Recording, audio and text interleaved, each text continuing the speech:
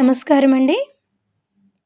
ఈరోజు కవితా శీర్షిక పరాశక్తి ప్రతిరూపాలు. పరాశక్తి ప్రతిరూపాలుగా, పచ్చని ప్రకృతి ఆకృతులుగా, కొండ కోనల నడుమ కొంగు బంగారంగా, గిరిజనావళి ఎదపై వనదేవతలుగా కొలువు తీరినారు సమ్మక్క సారలమ్మ.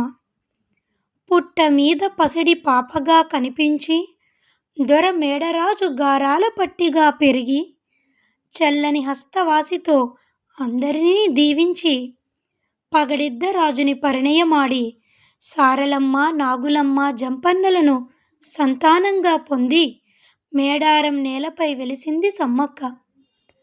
కరువు నేలను మింగగా కప్పం చెల్లించలేని కోయరాజు నిస్సహాయ స్థితిని ఆగ్రహించి, మాఘశుద్ధ పౌర్ణమి వేళ కాకతీయ ప్రతాపరుద్రుడు దండెత్తగా, పగడిద్ద పరివారమంతా సైన్యమై కాకతీయ సేనలపై పోరు సేయగా, శత్రు కత్తులకు బలి అయిన మేడరాజు, కోయరాజు, ఆత్మత్యాగాన్ని చేసుకున్న జంపన్న కుటుంబమంతా కళ్ళ ముందు కనుమరుగు కాగా, రుద్రాణి అయి కాకతీయ సైన్యంపై విరుచుకుపడి ప్రళయ రూపం దాల్చిన కాళిలా సమ్మక్క ప్రతాపుని మోకల్ని చీల్చి చెండాడగా, గిరిజాతి స్త్రీ పరాక్రమాన్ని చూసి ఆశ్చర్యపోయెను కాకతీయ నరేషుడు.